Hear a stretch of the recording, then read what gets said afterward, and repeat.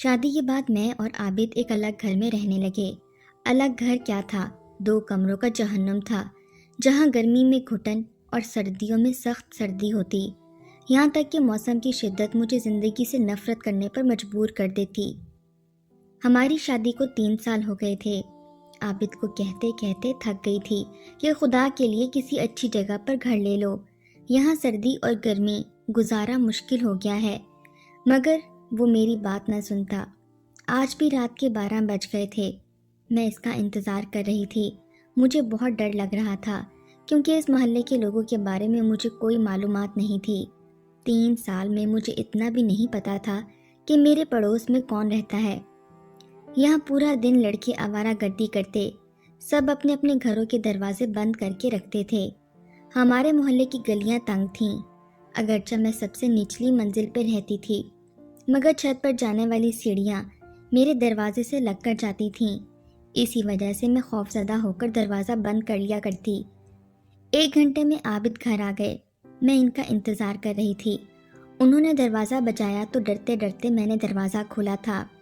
کبھی کبھی تو گلی کی مدھم روشنی میں انہیں پہچاننا بھی مشکل ہو جاتا، یعنی چھٹ سے دروازہ بند کر لیا تو وہ چونک کر بولے، کیا ہوا سدرا، تم اتنا ڈر کیوں رہی ہو؟ یہاں رہتے ہوئے تمہیں 3 سال ہو گئے ہیں، ابھی تک تمہیں عقل نہیں آئی؟ عابد کی بات سن کر مجھے اور غصہ آیا۔ میں نے اسے صاف کہہ دیا کہ اب میں اس گھر میں نہیں رہنا چاہتی، کیونکہ اس گھر میں رہتے ہوئے مجھے گھٹن کا احساس ہو رہا ہے۔ عابد مجھے عجیب نظروں سے دیکھنے لگے۔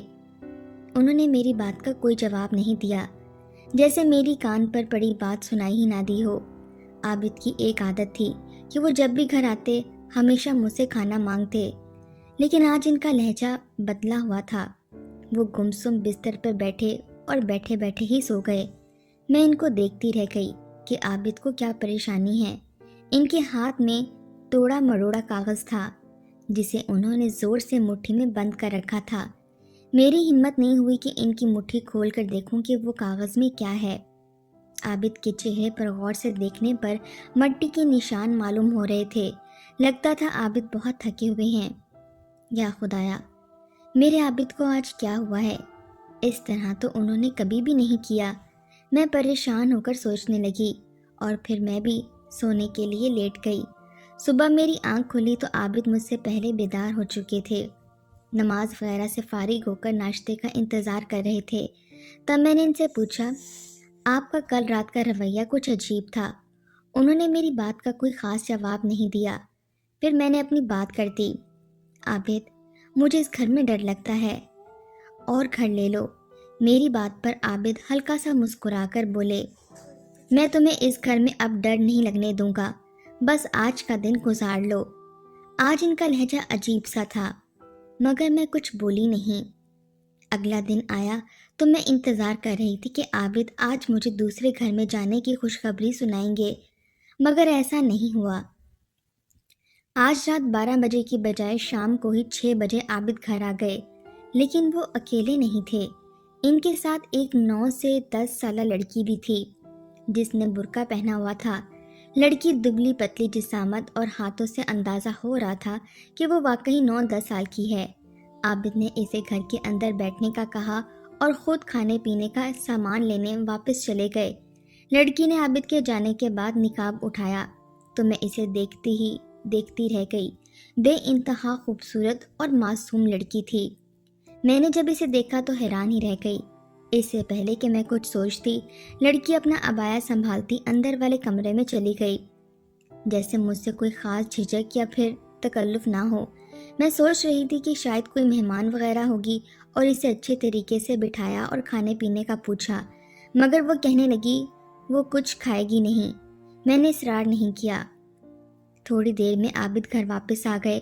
وہ بازار سے اچھا خاصا کھانے پینے کا سامان لائے تھے، جس میں معقول سے زیادہ راشن بھی تھا اور باقی کا سودا سلف بھی کافی زیادہ تھا۔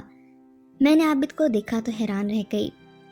عابد، آپ اتنا زیادہ سامان کیوں لائے ہیں؟ یہ تو 3 مہینوں کے لیے کافی ہوگا۔ نہیں بھائی، یہ کافی نہیں ہوگا، اب ہم 2 نہیں 3 ہیں۔ سمرین کل سے ہمارے ساتھ رہے گی، تم اس کے لیے الگ جگہ کا بندوبست کر دو۔ عابد نے کہا تو میں حیران ہی رہ گئی۔ سمرین؟ یہ کون ہے؟ آپ نے بتایا نہیں؟ میرے سوال کرنے پر عابد کہنے لگے کہ وہ اس بارے میں بات کریں گے، فی الحال میں سمرین کا خیال رکھوں۔ میں کمرے میں آئی تو لڑکی اپنا برقع اتار کر ہاتھ منہ دھو کر صاف ستھری بن کر بیٹھی تھی، جیسے کھانے کا انتظار کر رہی ہو۔ میں نے دن کا پکا ہوا کھانا کھایا اور اس کے سامنے رکھ دیا تو وہ خوش ہو کر بڑی رغبت سے کھانا کھانے لگی۔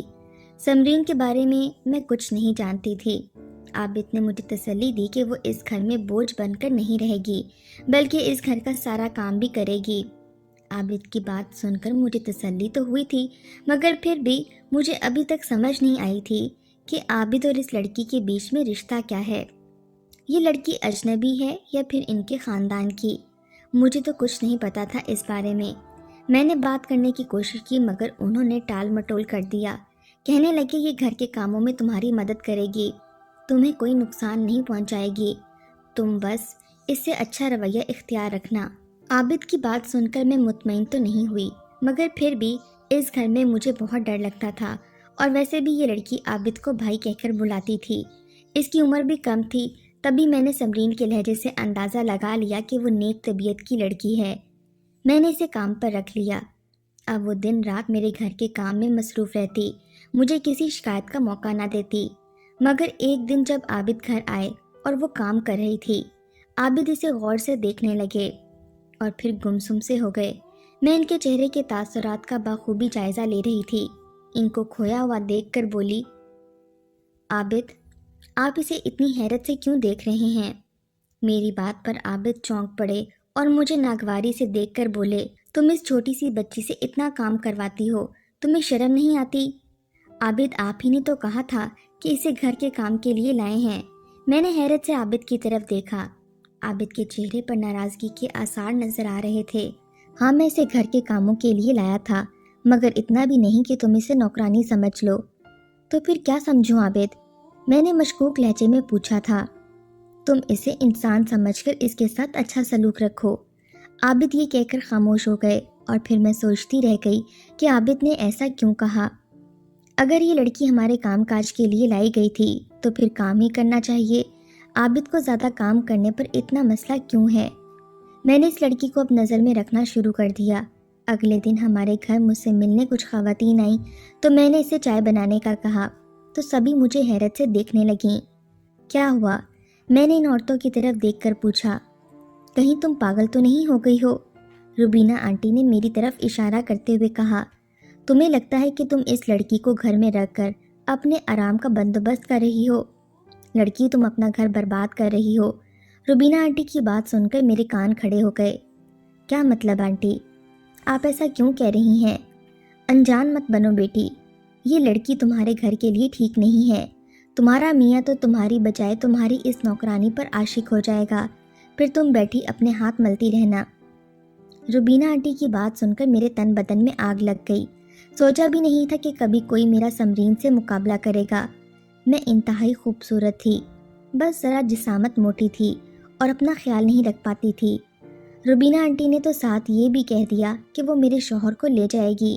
چنانچہ میں نے سوچ لیا کہ آج عابد گھر آئیں گے تو اس لڑکی کو گھر سے بھیجنے کا کہہ دوں گی، کیونکہ مجھے اس کی خاص ضرورت بھی نہیں تھی۔ بس ویسے بھی ہم دو لوگ تھے، ہمیں کسی ملازم کے بغیر بھی زندگی گزارنے میں کوئی دشواری نہیں تھی۔ شام پڑی تو عابد گھر آئے۔ انہوں نے ہاتھ میں کچھ تحفے تحائف اٹھا رکھے تھے۔ میں نے اپنی شکایت کا ذکر کرنے سے پہلے ان سے یہ پوچھا کہ آپ اتنا سارا سامان، یہ تحائف کس کے لیے لے کر آئے ہیں؟ تب عابد کی بات نے مجھے حیران کر دیا۔ بولے، یہ تو میں سمرین کے لیے لایا ہوں اور تمہارے لیے بھی لایا ہوں۔ سمرین اس گھر میں کام کرنے والی بچی ہے، دیکھو سارا دن کام میں لگی رہتی ہے۔ اب اگر اس کے لیے کچھ پہننے اوڑھنے کو نہیں لاؤں گا تو کتنا برا محسوس کرے گی۔ ویسے بھی اس بیچاری کا اس دنیا میں کوئی نہیں ہے۔ عابد کی بات سن کر مجھے اور غصہ آ گیا۔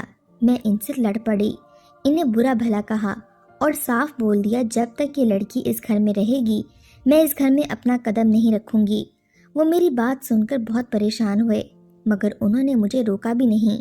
کہنے لگے، سمرین اسی گھر میں رہے گی جب تک میں کوئی اور بندوبست نہیں کر لیتا ہوں۔